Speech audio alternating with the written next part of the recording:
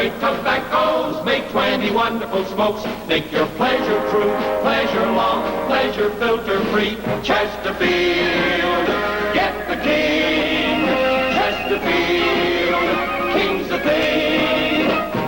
If you smoke for pleasure, get 20 wonderful smokes. Don't just smoke from habit, get 20 wonderful smokes. Chesterfield, get the king. Chesterfield, king's the thing. So, you want a cigarette? Yeah. There you go.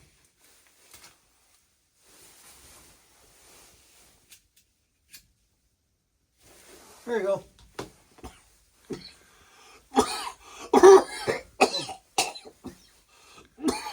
You don't smoke?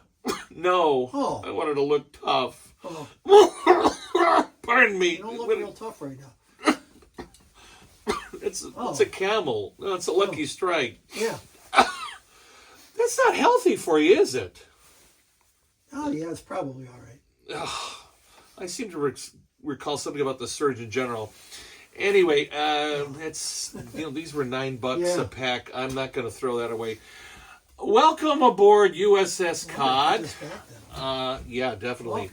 I'm Cod Director Paul Frace, and I am with one of our Crackerjack tour guides, Pat Murphy. Pat, you're a sub-vet. What boat were you on? USS Burgle, SSN 667.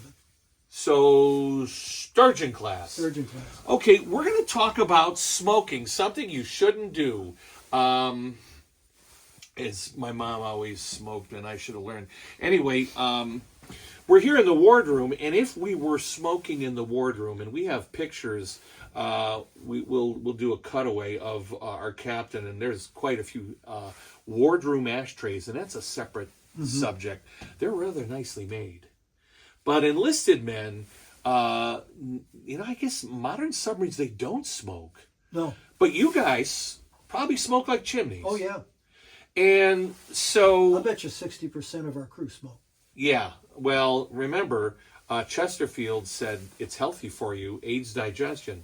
But on submarines, you have a bunch of guys smoking, and you don't want them to be throwing ashes and butts on the ground or on the deck. So you guys had... Butt kits. Butt kits. Now... That's the little bit of interesting trivia we're going to talk about today. What we have in front of us are the two basic types of submarine butt kits. And Pat, this is the one you're most familiar with. That's what we had on our boat, yeah. Now, a lot of them. Burgal was an electric boat built, right? Okay, so let's go back to World War II fleet subs, and particularly Gatos like Cod, also electric boat. This was Electric Boat's idea of the ideal butt kit. It is, I don't know if that's stainless, but that's certainly nickel, and it has this very unique mounting tab. And so these, again, I'm no engineer, but it's a simple can, probably stamped. This is stamped, and it pulls the lid off like this. What do we got in here? There you go. Okay. So there's nothing in that one, but there'd be ashes and cigarette butts in that. And who would empty these things? Any enlisted guy once they got full. The non-quals? Usually the non-quals first. Yeah. But anyway, the thing is, you have these very wide stamped brackets, and there are V-shaped brackets on the bulkhead. Yes. We don't have any of them because this is World War II electric boat built. So you have these narrow tabs, again, cutaway, to mount our version of the butt kits. But the Portsmouth submarines, and apparently subs built by Electric Boat after the war, the Nuki boats, all adopted a universal butt kit, larger, easier to make, and with this simple kind of tapered flange here that fits into a V-shaped bracket on the bulkhead.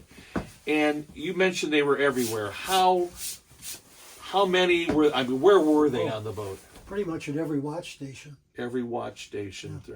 On Cod, we're still identifying places where these butt kits have. Now, we have only two. This one and another one on board. all of ours went home with the crew. And we're looking into having these things replicated, but because they're so heavy and intricately made, it's not easy, and therefore it ain't cheap. But anyway, we looked all over the boat and we found these brackets everywhere. Not here in the wardroom because you're a gentleman, you have a nice ashtray. But on ladders, going topside, there's brackets on either side of the ladder everywhere. I mean, you don't go 5 feet without having a butt kit. It almost reminds me like you guys have those breathing things, those connections. Yeah, if you have a EABs, fire, what are those called? EABs. EABs. Emergency air breathing. And you supposedly have them so you can undetach and quickly detach and move through the boat. Well, in World War II, the Navy thought it was more important to have a cigarette butt kit every 5 feet. So that's our problem. We only got 2, and until we find somebody who is a maestro in metal fabrication, we ain't going to get any more anytime soon. But these things we were able to get from strip ships.